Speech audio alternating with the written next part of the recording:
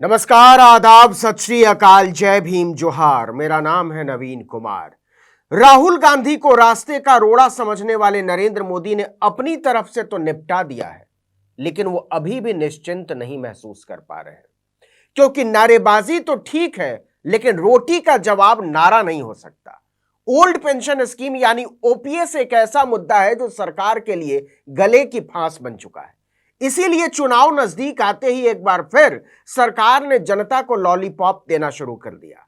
यकीन नहीं आता तो संसद में वित्त मंत्री निर्मला सीतारमण के ओल्ड पेंशन स्कीम को लेकर उठाए गए कदम को ही देख लीजिए। मैडम ने सरकारी कर्मचारियों के लिए पेंशन से संबंधित मुद्दों पर गौर करने के लिए एक समिति गठित करने का प्रस्ताव रखा है।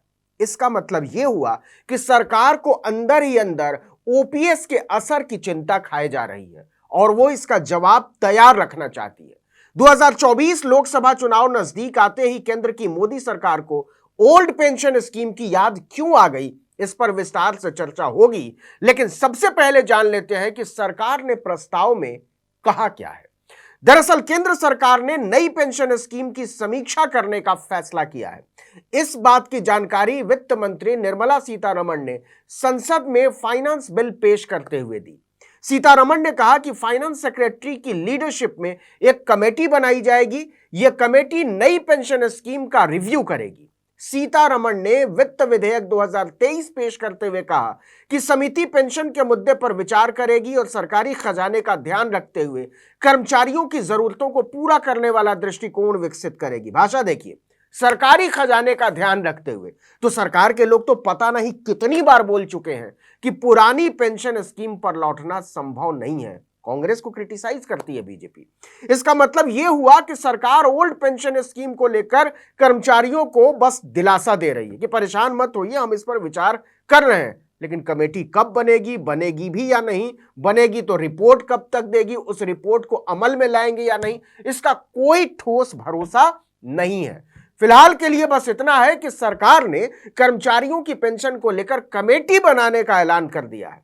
इसके पीछे की वजह है विधानसभा चुनाव और 2024 का लोकसभा चुनाव। इसलिए यह भी कहा जा सकता है कि चुनाव के डर से बीजेपी ने एक जाल फेंका है। देखिए कि अगले कुछ दिनों में कभी भी कर्नाटक विधानसभा चुनाव का ऐलान हो सकता है। वहां बीजेपी की सरकार है और विपक्ष में कांग्रेस पार्टी है, बिल्कुल हिमाचल की तरह।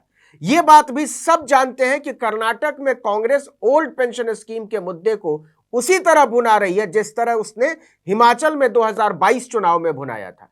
पार्टी को इसका फायदा भी मिला था। बीजेपी के हाथ से निकलकर सत्ता कांग्रेस के हाथ में चली गई थी। उसी सफलता को देखकर कांग्रेस ने कर्नाटक में भी इस मुद्दे को जोर शोर से उठाया है।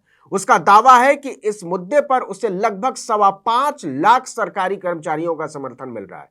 देखिए कि केंद्र और राज्य दोनों के कर्मचारी ओल्ड पेंशन स्कीम की मांग कर रहे हैं। अब इस मांग ने केंद्र और कर्नाटक की बीजेपी सरकार को डरा दिया है। इसलिए चुनाव से ठीक पहले बीजेपी सरकार ने यह पासा फेंका है। यही हाल मध्य प्रदेश का भी है, जहां इस साल के आखिर में चुनाव होने हैं। वहां भी कर्नाटक की तरह बीजेपी की सरकार है और विपक्ष में कांग्रेस है। कांग्रेस ने मध्य प्रदेश में इस मुद्दे को चुनावी मुद्दा बना दिया, बिल्कुल कर्नाटक की तरह। अब राजस्थान का हिसाब देखिए, वहां उल्टा है।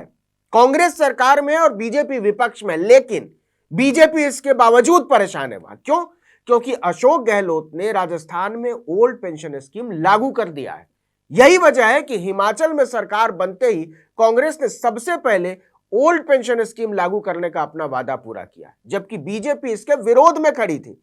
इसका फायदा अगले चुनाव में कांग्रेस उठा सकती है। इससे बीजेपी खेमे में खलबली है। जानकारों का कहना है कि इसीलिए ओल्ड पेंशन स्कीम के मुद्दे के सहारे अपने खिलाफ बनते माहौल को थामने के लिए बीजेपी सरकार ने कर्नाटक चुनाव से ठीक पहले यह प्रस्ताव रखा है, रिव्यू वाला, या कहिए इस मुद्दे की चर्चा शुरू की है, जिससे जो जनता सरकार के विरोध में खड़ी हो रही है वो शांत हो जाए और चुनाव का समय निकल जाए। देखिए कि इस समय लगभग हर बीजेपी शासित राज्य में ओल्ड पेंशन स्कीम की मांग जोरों से उठाई जा रही है। उत्तर प्रदेश हो, हरियाणा हो, मध्य प्रदेश, या फिर अभी अभी उद्धव ठाकरे से छीना हुआ महाराष्ट्र, हर जगह यह मुद्दा तूल पकड़ रहा है। आपको याद होगा, महाराष्ट्र में सरकारी कर्मचारी सारे कामकाज को ठप करके 14 मार्च से हड़ताल पर बैठ गए थे। करीब एक हफ्ते तक हड़ताल चली थी। कर्मचारी संगठन के नेताओं ने चेतावनी दी थी कि अगर सरकार ने कोई निर्णय नहीं लिया, कोई फैसला नहीं लिया तो स्थिति और खराब हो जाएगी। कांग्रेस इसे लेकर हमलावर है और बीजेपी बैकफुट पर। इतना ही नहीं, उत्तर प्रदेश में तो स्थिति और ज्यादा खराब हो गई थी, जबकि वहां चुनाव हो चुके हैं। दरअसल मोदी सरकार ने 21 मार्च को देश भर में जिला स्तरीय रैलियां करने जा रहे केंद्रीय कर्मचारियों को किसी तरह के हड़ताल या विरोध में भाग लेने पर सख्त कार्रवाई की चेतावनी दे डाली थी। लेकिन सरकार की इस चेतावनी के बावजूद कर्मचारी न केवल प्रदर्शन में शामिल हुए, बल्कि खुले तौर पर सरकार को चेतावनी दे डाली अपनी तरफ से कि पुरानी पेंशन स्कीम को बहाल नहीं किया तो 2024 में इसका गंभीर परिणाम भुगतने के लिए तैयार रहिएगा। सरकारी कर्मचारियों ने सरकार को साफ साफ कह दिया कि सिर्फ हम ही नहीं, हमारे परिवार वालों का भी वोट आपको नहीं मिलेगा। और इस बात से तो सभी वाकिफ है कि दिल्ली की सत्ता का रास्ता यूपी से होकर गुजरता है। जिसने यूपी जीत ली, समझो दिल्ली उसकी। इसी तरह जो यूपी वालों के दिल से उतर गया, वो दिल्ली की सत्ता से भी उतर जाता है। ऐसे में देश के सबसे बड़े सूबे में पुरानी पेंशन स्कीम की बहाली के मुद्दे के तूल पकड़ने से मोदी सरकार सहम गई। जब हरियाणा, मध्य प्रदेश, कर्नाटक, महाराष्ट्र के बाद यह मुद्दा यूपी पहुंचा तो सवाल उठने लगे कि पुरानी पेंशन स्कीम की बहाली का भूत 2024 में कहीं मोदी सरकार को यूपी में ले न डूबे। इस सवाल ने बीजेपी में ऊपर से नीचे तक खलबली मचा दी, क्योंकि अगर यूपी में सरकार के खिलाफ माहौल बन गया तो 2024 लोकसभा चुनाव में बीजेपी की स्थिति गड़बड़ा सकती है। इसलिए अब जाकर सरकार ने समीक्षा करने का आश्वासन देकर अपने खिलाफ उठ रहे इस तूफान को थामने की कोशिश की है।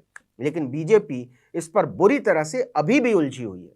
वो एक नीति के तौर पर पुरानी पेंशन स्कीम के खात्मे को लेकर चली थी, लेकिन अब उसकी यह नीति उसके गले का फंदा बन चुकी है। उसे यह भी पता है कि आने वाले दिनों में यह तूफान अगर तेज हुआ तो उसके तंबू के खंभे हिल सकते हैं। यह तय मानिए कि आने वाले दिनों में ओल्ड पेंशन स्कीम को लेकर भाजपा की तरफ से ऐसे कई बयान आएंगे जिससे सरकारी कर्मचारियों में कंफ्यूजन पैदा हो, ऊहापोह पैदा हो और कांग्रेस के अभियान को रोका जा सके। लेकिन हकीकत यह है कि अब यह कांग्रेस के हाथ में भी नहीं रह गया है।